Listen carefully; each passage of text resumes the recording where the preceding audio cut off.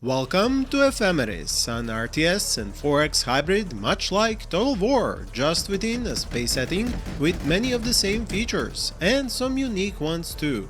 But instead of being made by a crumbling shell of a developer and published by a terrible company, this is a dream made real by one developer who gets help where he can. This is why he started a crowdfunding campaign, but before I talk about that, let me first show you how far he got in this alpha version and why I see so much potential in this game that I have made several videos about it already.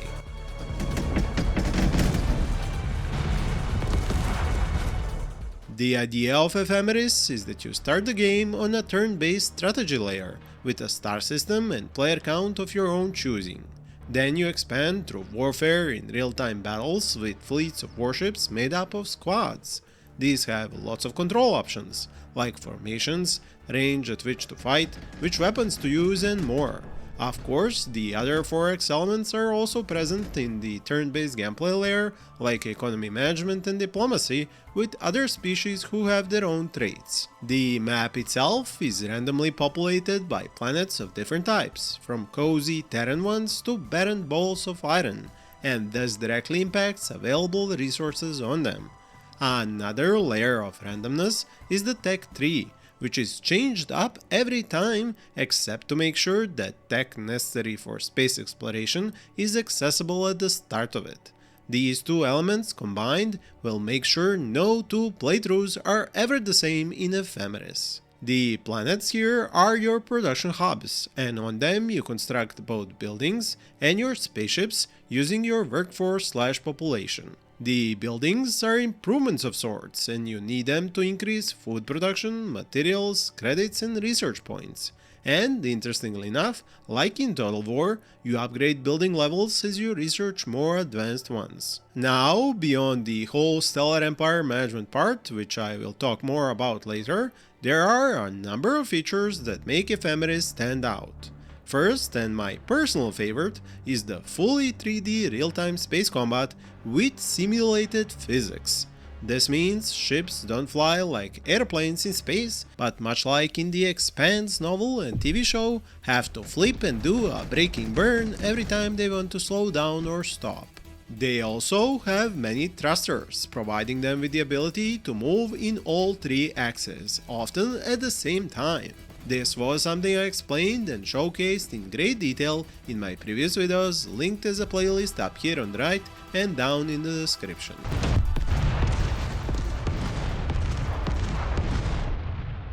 The second amazing feature of Ephemeris is the ability for players to design their own ships. Not only are these ships different in size, going from a tiny scout to absolutely massive heavy battleships and cargo ships, but they also differ in the kinds of weapon systems they support on their hull types. Besides weapons, you choose the power core type, special items, drives which can be distinguished by their differently colored exhaust plumes, types of shields, and armor. When it comes to weapons in particular, there is an added level of variety, because mounts on these ships can be fixed, set on a gimbal, or a turret. The last two give you much better firing arcs, but cost more according to their increased utility. The third and very cinematic extra feature of this future indie gem is the ability to turn on the action camera mode when selecting a ship and go a step further and take manual control over its flight and fight systems. You can use its main engine, thrusters, move in all three axes and fire your weapon systems. The potential to create incredibly vivid spaceship combat cinematics is already here, even in this alpha. This is also the point where this game becomes a cross between not just Total War, Homeworld and Stellaris, but also free space. The fourth interesting feature is how you manage your overall empire in Ephemeris. There is a slider at the top of the screen, which is divided up into 4 sections: production for buildings, a separate production for ships, one for research and one for credits. You can move these sliders left and right to choose the best configuration of the economy that will help you achieve your current goals. If you are on an improvement bender, you slide it over so building construction gets all the funding and shipyards get no minerals. Or if you want to construct that massive heavy battleship, you send all the minerals to shipbuilding. You can also force more funding into research and speed it up, while the credits are not a fully fleshed out feature, so when I went into depth, nothing bad happened to me.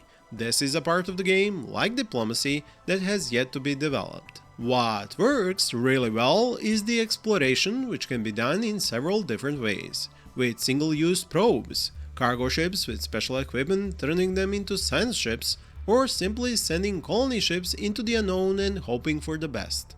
Until your empire grows, you don't have great connections between planets, and your ships traveling between stars need life support systems. But as you establish contact between your homeworld and your colonies, not only do space lanes show up, but repeated travel and planet influence create support areas through them.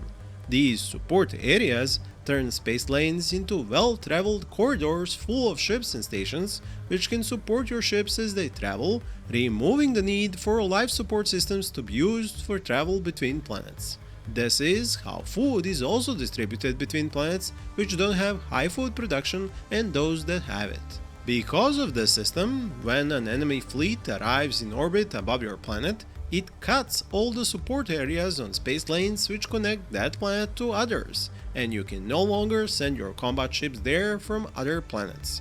To unblock your planet, you have to have life support systems on board these blockade-busting ships, or construct them locally on the planet and fight off the enemies. When you are the invader and blast enemy ships in orbit of a planet, you can proceed to bomb it and remove the enemy player as the owner of the planet, letting you colonize it for your empire. In addition to enemy players, there are also rebellious populations with their own ships, which will travel the star lanes and attack yours. This means you have to have a policing force of ships spread across your empire to be able to quickly hunt these rebels down. Do note, all ships have an upkeep cost, much like units in Total War do, so unless you upgrade your economy along with your fleets, you will start losing money and go into debt. Now, why has the developer of Ephemeris started a crowdfunding campaign when he already has plans to sell the game on Steam as early access?